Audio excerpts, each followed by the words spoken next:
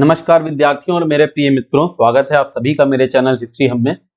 आज हम कुछ प्राचीन भारतीय इतिहास में पूछे गए यूपीएससी प्री के प्रीवियस ईयर क्वेश्चंस देखने वाले हैं और ये प्रश्न आपके लिए असिस्टेंट प्रोफेसर या फिर नेट या फिर पीजीटी सेट एग्जाम्स में भी बहुत ज्यादा उपयोगी साबित होंगे। पहला प्रश्न है, सिंधु घाटी सभ्यता के संबंध में निम्नलिखित कथनों पर विचार करें। यह मुख्यतः धर्मनिरपेक्ष सभ्यता थी और धार्मिक तत्व यद्यपि मौजूद थे लेकिन परिदृश्य पर हावी नहीं। दूसरा है, इस अवधि के दौरान भारत में वस्त्र निर्माण के लिए कपास का उपयोग किया जाता था। आंसर आपको कोड में देना है। तो जैसा कि हमें पता है कि जो हड़प्पा सभ्यता है वहां पे आपको पशुपति सील मिलती है, पशुपति सील मिलती है यहाँ पे। और इस सील में यहाँ पे जो सेंटर में ये योगी जी बैठे दिख रहे हैं, इनकी तुलना जॉन मार्शल जी ने की है शिव के आदि रूप से। तो हाँ, धार्मिक जो विचार थे वो तो थे, साथ में आपको यहाँ पे मदर गॉडेस की भी प्रतिमाएं मिलती हैं। तो धार्मिक तत्व तो थे लेकिन ये परिदृश्य पे हावी नहीं थे, एकदम सही बात है। दूसरा, इस अवधि के दौरान भारत में वस्त्र निर्माण के लिए कपास का उपयोग किया जाता था, ये भी एकदम सही बात है। और कपास का आपको प्राचीनतम साक्ष्य कहां से मिलता है, वो है मेहरगढ़। मेहरगढ़ से हमको अर्लीस्ट एविडेंस मिलते हैं किसके, कॉटन के। और ये मेहरगढ़ कहाँ पे है, ये मेहरगढ़ है आपका सिंध में। तो इस तरह से आपको जो जितने भी आप पीवाईक्यूज पढ़ते हैं तो आपको इतना डिटेल में पढ़ने की जरूरत है, तभी आप पीवाईक्यूज को पढ़ के रिवीजन करके उसका लाभ उठा सकते हैं। तो इस तरह से हमारा जो आंसर होगा ये हो जाएगा सी, ए और बी दोनों सही है।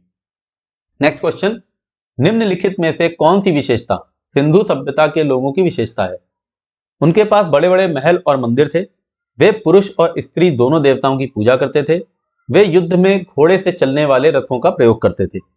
तो जो सेकंड स्टेटमेंट है इसका आंसर तो आपको समझ में आ गया होगा अब तक, क्योंकि हमने पिछले ही अपने क्वेश्चन में देखा था कि मदर गॉडेस भी थी और हमने देखा कि जो सील है पशुपति सील, उसमें भगवान शिव का आदि रूप भी है। तो आप बोल सकते हैं कि पुरुष और स्त्री दोनों देवताओं की पूजा वो करते थे। लेकिन जो आपका पहला स्टेटमेंट है ये रॉन्ग है। यहाँ पे हमको कोई भी आर्कियोलॉजिकल एविडेंस नहीं मिलते बड़े बड़े महलों की।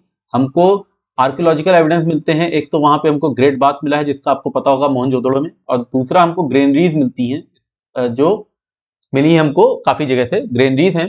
ग्रेट बात है। तो ये कहीं पे भी बड़े बड़े महल तो हमको कहीं पे भी नहीं मिलते, कोई भी पुरातात्विक साक्ष्य इसके नहीं है। वे युद्ध में घोड़ों से चलने वाले रथों का प्रयोग करते थे, ये भी बात एकदम गलत है, क्योंकि हमको कहीं पे भी, एक तो पहली चीज तो हमको वॉर एविडेंसेस नहीं मिले, वॉर एविडेंसेस नहीं मिले। आप बोल सकते हो कि मोहनजोदड़ो में कुछ इतिहासकारों ने ऐसा बोला है कि जो उसको हम क्योंकि बोलते हैं माउंट ऑफ डेड, तो ऐसा कई इतिहासकार जो खास करके जो कॉलोनियल हिस्टोरियन थे उन्होंने बोला था कि शायद ये जो सभ्यता है ये वॉर की वजह से, आक्रमण की वजह से ये सभ्यता नष्ट हो गई। लेकिन आगे चल के इसके ऊपर जब रिसर्च होती है तो हम देखते हैं कि जो हमको कंकाल मिले हैं वो सारे के सारे किसी एक ही पीरियड में बिलोंग नहीं करते, पहली चीज तो। और दूसरा, उनकी जो डेथ हुई है वो किसी वॉर से नहीं हुई है, उनकी डेथ हुई है किसी बीमारी से। तो यहाँ पे एक तो वॉर एविडेंसेस नहीं मिलते। अब अगर हम बात करें थोड़ी सी आधुनिक, जो अभी कुछ खोजें हुई है जैसे सनौली, तो सनौली में जरूर हमको रथ मिला है, घोड़ों से चलने वाला रथ हमको जरूर मिला है सनौली से। लेकिन इसको हम ये नहीं कह सकते कि ये पूरी सभ्यता जो थी, जो कि बहुत विस्तृत क्षेत्र में फैली थी, वहां पे घोड़े से चलने वाले रथों का वो प्रयोग करते होंगे। दूसरी चीज, घोड़ों के भी साक्ष्य हमको बहुत ज्यादा जगह से नहीं मिले, हालांकि कुछ प्लेसेस से मिले हैं, बहुत ही कम साइट्स हैं जहां से हमको घोड़ों के साक्ष्य मिलते हैं, घोड़ों की हड्डियां मिली हैं। तो हम मोटे मोटे तौर पर कह सकते हैं कि युद्ध में घोड़ों से चलने वाले रथों का प्रयोग इस सभ्यता में तो नहीं होता था। तो यहां पर हमारा आंसर केवल बनेगा बी। नेक्स्ट क्वेश्चन, धर्म और रीत भारत की प्राचीन वैदिक सभ्यता के केंद्रीय विचार को दर्शाते हैं। इस संदर्भ में निम्नलिखित कथनों पर विचार करें। धर्म दायित्वों की अवधारणा तथा स्वयं के प्रति तथा दूसरों के प्रति कर्तव्यों के निर्वहन की अवधारणा थी। रीत ब्रह्मांड और उसमें विद्यमान समस्त वस्तुओं की कार्य प्रणाली को नियंत्रित करने वाला मूलभूत नैतिक नियम था। कौन सा सही है? तो सबसे पहले आपको मैं बता दूं, धर्म का मतलब यहां पर रिलीजन से तो बिल्कुल नहीं है। रिलीजन शाब्दिक अर्थ नहीं हो सकता धर्म का। अगर हम बात करें प्राचीन दर्शन की, प्राचीन भारतीय दर्शन की, तो धर्म का मतलब वहां पे होता है कर्तव्यों का निर्वहन करना, और धर्म का मतलब होता है वो कर्तव्य जो सही हो, वो कर्म किए जाएं जो नैतिक हो। तो ऐसे कर्तव्य जो नैतिक हैं उनका निर्वहन करना धर्म कहलाता था। और सेम इसी का उल्टा हो जाता था अधर्म। अधर्म का मतलब होता था ऐसे काम करना जो नैतिक रूप से जिसको मान्यता नहीं दी जा सकती। तो पहला स्टेटमेंट आपका इस तरह से एकदम सही हो जाता है। अब रित जो है, ये रित नेचुरल बैलेंस को बना के रखने की बात करते हैं, रित का अर्थ यही है। और अगली स्लाइड में आपको इसको और ज्यादा क्लियर कर दूंगा, हालांकि इसका आंसर 1 और 2 दोनों है। धर्म जो है इस शब्द का शाब्दिक अर्थ है धारण करने योग्य। धारण करने योग्य इंपॉर्टेंट है। धारण करने योग्य ऐसा कर्तव्य जिसमें अहिंसा हो, जिसमें न्याय हो, जिसमें सदाचरण, सद्गुण, ये इंपॉर्टेंट है। सद्गुण, सदाचरण, ये जो वर्ड्स हैं ये धर्म को परिभाषित करते हैं। अगर हम प्राचीन भारतीय दर्शन को देखें तो उसमें धर्म को परिभाषित करने वाले यही शब्द। अब रित को वैदिक धर्म में सही सनातन प्राकृतिक व्यवस्था, संतुलन का सिद्धांत, ये महत्वपूर्ण, संतुलन का सिद्धांत, क्योंकि आपसे नेट में इस तरह से क्वेश्चन पूछा गया था कि ऋतस्य गोप किसको बोला गया है। हालांकि उन्होंने परिभाषित किया था कि ऋतस्य गोप का मतलब है जो नेचुरल बैलेंस बना के रखे। ऋतस्य गोप किसको बोला गया है? प्रश्न ये था कि ऋतस्य गोप बोला किसको गया है? जो कि संतुलन का सिद्धांत बना के रखने के लिए जो रिस्पॉन्सिबल है, जो जिम्मेदार है। किस देवता को ये जिम्मेदारी दी गई थी ऋग्वैदिक काल में कि वो संतुलन का सिद्धांत बना के रखे? तो वो थे वरुण देव। वरुण देव को ऋतस्य गोप बोला गया है, संतुलन का सिद्धांत बनाए रखने की उनको जिम्मेदारी दी गई थी। ऋत के 3 आयाम बताए गए हैं, प्राकृतिक नियम, नैतिक नियम और कर्मकांडीय नियम। चौथे प्रश्न पे हम आते हैं। प्रारंभिक वैदिक आर्यों का धर्म मुख्यतः क्या था? भक्ति, मूर्ति पूजा और यज्ञ, प्रकृति पूजा और यज्ञ, प्रकृति पूजा और भक्ति। तो एक एक करके ऑप्शन देखते हैं। भक्ति काल को अगर हम देखें तो भक्ति की अवधारणा तो शुरू ही होती है मूर्ति पूजा के बाद, और मूर्ति पूजा को हम देखते हैं गुप्त काल के बाद, या कि हम कह सकते हैं कि गुप्त एज से मूर्ति पूजा की शुरुआत मानी जाती है, क्योंकि मंदिरों का बनना जो है वो गुप्त एज से हम देखते हैं। तो भक्ति उसके बाद की है, तो जाहिर सी बात है वैदिक आर्यों की हम बात कर रहे हैं तो मौर्यों से भी पहले की बात कर रहे हैं, तो भक्ति तो हो ही नहीं सकता। मूर्ति पूजा जैसे मैंने आपको बताया कि शुरू ही गुप्त काल से होती है, तो मूर्ति पूजा और यज्ञ भी नहीं हो सकता। प्रकृति पूजा और भक्ति, जब भक्ति इसमें दिया हुआ है तो भक्ति इसमें भी ऑप्शन नहीं हो सकता है सही। ऑप्शन आपका सही हो जाएगा सी, प्रकृति पूजा और यज्ञ। यहाँ पे यज्ञों की कर्म कांडी जो यज्ञ थे वो उत्तर वैदिक काल में बढ़ी जाते हैं। ऋग्वैदिक काल में भी हमको यज्ञ के बारे में पता चलता है, बहुत सारे यज्ञ अनुष्ठान होते हैं, जब राजा किस तरह से राजसूय यज्ञ करा रहा है, और भी बहुत सारे आपने यज्ञ के नाम सुने होंगे। तो यज्ञ होते हैं, प्रकृति पूजा करते हैं वो लोग। अब आप बोलेंगे कि प्रकृति पूजा करते हैं तो इसका मतलब मूर्ति पूजा नहीं थी। अब हमने इससे पहले जब बात की थी हड़प्पा सभ्यता की, तो उसमें मैंने बताया था आपको मूर्ति पूजा करते हैं। हड़प्पा सभ्यता जबकि वैदिक काल से पहले की सभ्यता है, तो ऐसा कहा जा सकता है कि शायद हड़प्पा सभ्यता में मूर्ति पूजा रही हो, लेकिन वैदिक सभ्यता में मूर्ति पूजा नहीं थी। तो इस तरह से भी प्रश्न आपके लिए फ्रेम किए जा सकते हैं। 5वां प्रश्न है, निम्नलिखित में से कौन सा युग्म भारतीय दर्शन की 6 प्रणालियों का हिस्सा नहीं है? मीमांसा और वेदांत, न्याय और वैशेषिक, लोकायत और कपालिक, सांख्य और योग। तो ये जो योग है ये है पतंजलि द्वारा प्रतिपादित है योग, और आपके मीमांसा और वेदांत है, न्याय वैशेषिक है। जो कपालिक है ये है आपका शैव संप्रदाय, शैव संप्रदाय है कपालिक। मध्यकाल के भारत के इतिहास में हम देखते हैं शैव संप्रदाय ये आता है कपालिक, और कपालिक जो है ये अनुष्ठान इसके साथ जुड़े हुए हैं बहुत सारे, जैसे मानव खोपड़ी के साथ इसके अनुष्ठान जुड़े हुए हैं। मानव खोपड़ी यानी कि जो डेड बॉडी होती है उसकी मानव खोपड़ी के साथ इसके अनुष्ठान होते हैं। कपालिक बहुत ही भयानक रूप माना गया है शैव संप्रदाय का। और जो लोकायत है, ये लोकायत है आपका चारवाक दर्शन। चारवाक दर्शन का ही दूसरा नाम है लोकायत, और ये जो चारवाक दर्शन है ये भौतिकवादी दर्शन है, ये इंपॉर्टेंट है, नोट करिए आप। भौतिकवादी दर्शन है जिसमें कर्मों को बहुत ज्यादा महत्वता नहीं दी गई है, भौतिकवाद को महत्वता दी गई है। परलोक की जो कल्पना है उसको महत्वता बहुत ही कम दी गई, मतलब ना के बराबर आप कह सकते हैं। भौतिकवादी दर्शन है, मटेरियलिस्टिक फिलॉसफी है इसमें। नेक्स्ट क्वेश्चन, भारत के प्रतीक चिन्ह के नीचे अंकित भारत का राष्ट्रीय आदर्श वाक्य सत्यमेव जयते किससे लिया गया है? बहुत ही इजी सा क्वेश्चन है, मंडूक उपनिषद से लिया गया है, लेकिन मैंने ये क्वेश्चन इसलिए डाला है कि मैं आपको कुछ और बता सकूं। नेट के एग्जाम में पूछा गया था, यज्ञ को टूटी फूटी नौका के साथ किस उपनिषद में तुलना किया गया है? तो यज्ञ को टूटी फूटी नौका मंडूक उपनिषद में बोला गया है, ये इंपॉर्टेंट है। और छंदोग्य उपनिषद में आपको मिलता है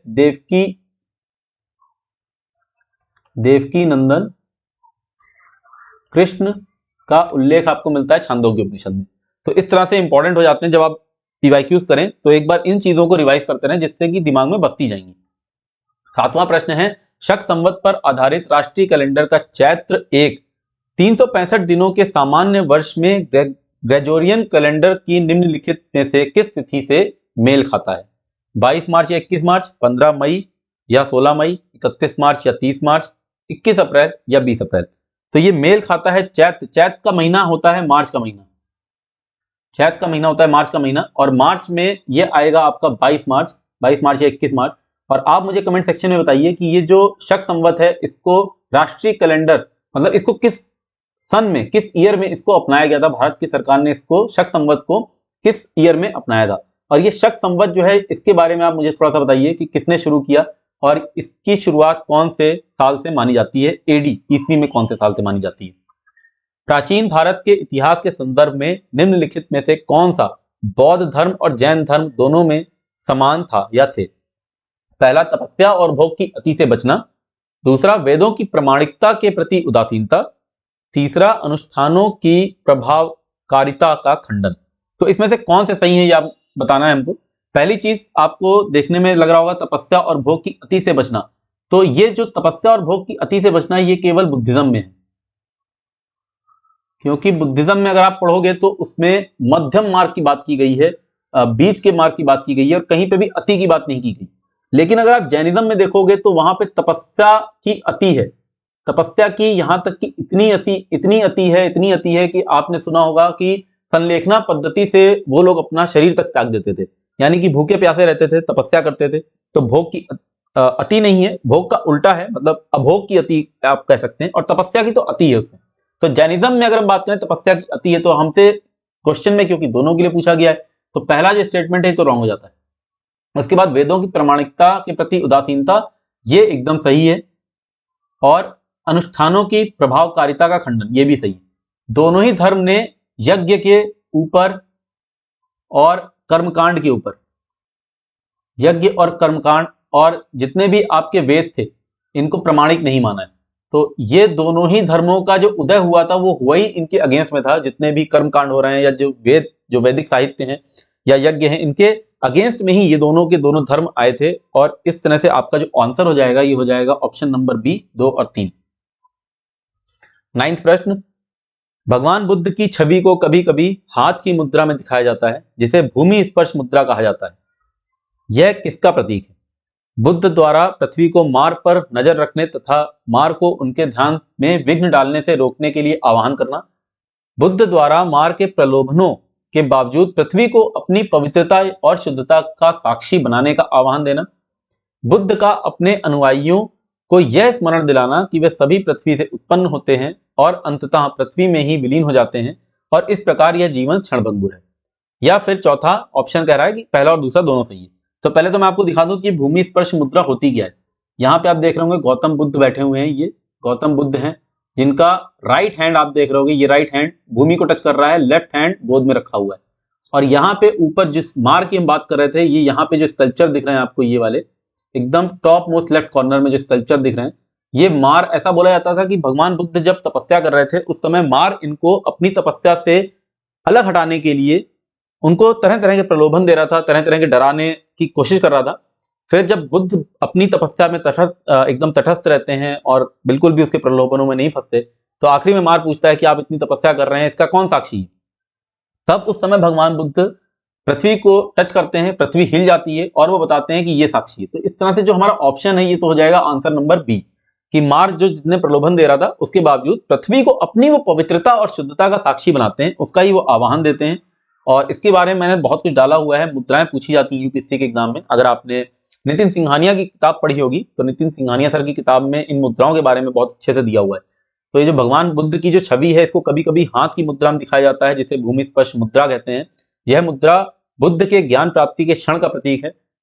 यह इस बात का प्रतीक है कि बुद्ध ने मार के प्रलोभनों के बावजूद अपनी पवित्रता और शुद्धता को साबित करने के लिए पृथ्वी को बुलाया था। इस मुद्रा को पृथ्वी के छूने का इशारा भी कहा जाता है और इसको पृथ्वी साक्षी भी कहते हैं। ये मैं डालना भूल गया हूं, आप लिख सकते हैं इसको पृथ्वी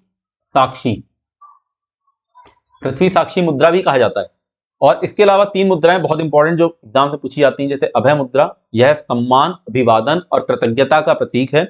आपने देखा होगा कि किस तरह से ना केवल बुद्ध में बल्कि आप देखो भगवान जो दिखाए जाते हैं, राम जी की जो आपने भी फोटो देखी होंगी, वो भी जो मुद्राएं होती है वो अभय मुद्रा होती है। वरदा मुद्रा, यह प्रसाद, स्वागत, दान, दान देने, दया या ईमानदारी का प्रतीक है। तर्जनी मुद्रा, इसे भय के इशारे के रूप में भी जाना जाता है। जैसे आप किसी को डरा रहे हो तो आप क्या करोगे, एक उंगली दिखाओगे और कस के हाथ को हिलाओगे। तो ये तर्जनी जो मुद्रा है वही है, सिंगल आपकी इंडेक्स फिंगर को दिखा के जो डराया जाता है। इसका इस्तेमाल बुरी ताकतों या हानिकारक प्रभावों से सुरक्षा के लिए किया जाता है। 10वां प्रश्न है, निम्नलिखित में से कौन सा कथन जैन सिद्धांत पर लागू है या है? कर्मों को नष्ट करने का सबसे पक्का तरीका तपस्या करना है। प्रत्येक वस्तु में, यहां तक कि सबसे छोटे कण में भी आत्मा होती है। कर्म आत्मा का अभिशाप है और इसे समाप्त किया जाना चाहिए। तो बताना है कौन सा सही है। तो सबसे पहले तो हम बता दें आपको कि कर्मों को नष्ट करने का सबसे पक्का तरीका तपस्या बताया गया। जैसे मैंने आपको बताया संलेखना पद्धति करते थे, और किस तरह से इसमें अवधारणा है संजरा की, और भी बहुत सारी अवधारणाएं हैं। जैनिज्म पढ़ाऊंगा तो ये सब बहुत डिटेल में पढ़ेंगे। प्रत्येक वस्तु में, यहां तक कि सबसे छोटे कण में भी तब आत्मा होती है, एकदम सही है। क्योंकि आप देखो इसमें अहिंसा को बहुत ज्यादा ही तवज्जो दिया गया है, बहुत ज्यादा ही महत्व दिया गया है अहिंसा को, और इसीलिए इन्होंने कृषि को भी मना किया है। आप अगर जैनिज्म पढ़ेंगे तो आप जैनिज्म में देखेंगे कि एग्रीकल्चर की मनाही की गई है। क्यों की गई है अब आप सोचिए कि जब ये बोल रहे हैं कि सबसे छोटे कण में भी आत्मा होती है, तो आप एग्रीकल्चर करेंगे, तो आप खेती करेंगे, उस समय आप हल चलाएंगे, और हल अगर चलाएंगे तो मिट्टी में बहुत सारे जो जानवर, जो छोटे छोटे जीव हैं, अर्थवॉर्म्स वगैरह हैं या कीड़े हैं, वो मर जाएंगे। तो इसने जो जैनिज्म है उसमें खेती की मनाही है, और जैनिज्म में इसीलिए बहुत ज्यादा व्यापार को बढ़ावा दिया गया है। तो अगर हम देखें कि किस धर्म ने व्यापार को बहुत बढ़ावा दिया, आपसे अगर क्वेश्चन पूछे तो आप जैनिज्म एकदम आराम से लगा सकते हैं। कर्म आत्मा का अभिशाप है और इसे समाप्त किया जाना चाहिए, एकदम सही है। जैन फिलॉसफी बोलती है कि कर्म के साथ चिपक के नहीं रहना है, कर्म को किसी तरह खत्म करना है। इसका मतलब ये नहीं कि कर्म करना नहीं है, या वो ऐसा नहीं कह रहे हैं कि आप कर्म बिल्कुल मत करो, मगर आप कर्म करो, कर्म को अपने ऊपर हावी मत होने दो, उसको खत्म करना, आत्मा के साथ जो चिपक के रहता है ना, कि अब आप बोलो मैं की जो भावना होती है वो खत्म करनी है। तो इस तरह हमारा आंसर हो जाएगा आंसर नंबर डी। 11वां प्रश्न है, कुछ बौद्ध शैलकृत गुफाओं को चैत्य कहा जाता है, जबकि अन्य को विहार कहा जाता है। दोनों में अंतर क्या है? तो विहार जो है वो ऐसी जगह है जहां पे लोग रहते हैं, जहां पे लोग भिक्षु निवास करते हैं, वो विहार है। और जहां पे पूजा अर्चना की जाती थी उसको चैत्य बोला जाता था। तो इस तरह से हमारा आंसर है बी। 12वां प्रश्न है, निम्नलिखित में से कौन सा राज्य बुद्ध के जीवन से जुड़ा था? अवंती, गांधार, कौशल, मगध। तो ये राज्य कौन से हैं? ये राज्य हैं आपके महाजनपद काल, 16 महाजनपद। मैंने महाजनपद बहुत अच्छे से पढ़ा है, 16 महाजनपद। तो आप इसको अगर आपने नहीं देखा है तो मेरा यूट्यूब पे लेक्चर पड़ा हुआ है, इसका लिंक मैं डाल दूंगा इसी वीडियो में। 16 महाजनपद बहुत इंपॉर्टेंट है। अवंती, गंधार, सबकी कैपिटल्स पूछी जाती हैं, किसकी क्या कैपिटल थी। मगध की तो खैर सबको पता है, लेकिन अवंती की पूछ लेंगे आपसे, गंधार की पूछेंगे, कौशल की पूछेंगे। तो गौतम बुद्ध कहाँ कहाँ से रिलेटेड थे? आपको पता है कि गौतम बुद्ध मगध से तो रिलेटेड होंगे ही होंगे, क्योंकि राजगृह में जाके बिंबिसार से भी इनकी मुलाकात हुई है। अजातशत्रु के साथ भी हम इनके साथ देखते हैं, बहुत सारी चीजें होती हैं। अगर अजातशत्रु तो मगध तो है ही है। अवंती, गंधार और कौशल में डाउट हो सकता है आपको, तो सबसे पहले तो आप जान लो कि जो गंधार है ये है नॉर्थ वेस्ट में, और नॉर्थ वेस्ट यानी कि जो उत्तर पश्चिमी क्षेत्र है वहां पे गंधार पड़ता है, और वहां पे भगवान बुद्ध कभी नहीं गए। तो गंधार तो आप हटा दो ऑप्शन से, यानी कि ऑप्शन नंबर 2 जिसमें जिसमें है उसको आप हटा दो।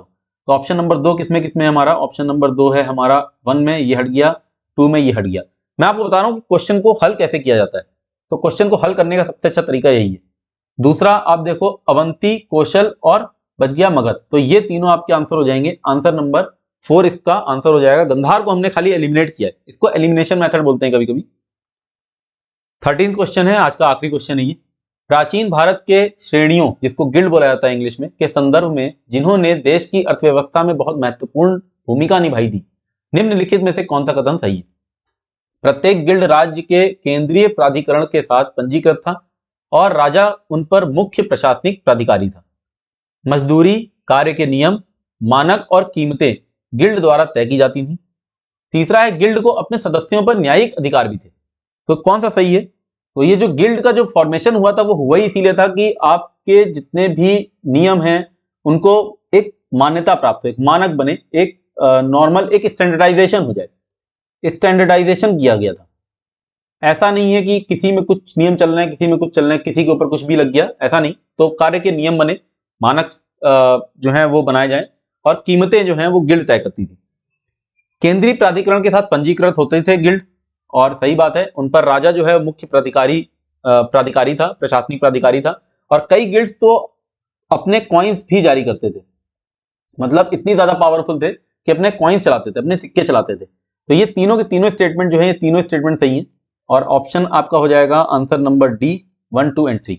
तो ये आज का सेशन था, उम्मीद करता हूं आपको पसंद आया होगा। और भी बहुत सारे प्रश्नों के साथ मैं मिलूंगा आपसे अपने अगले लेक्चर में, तब तक के लिए धन्यवाद।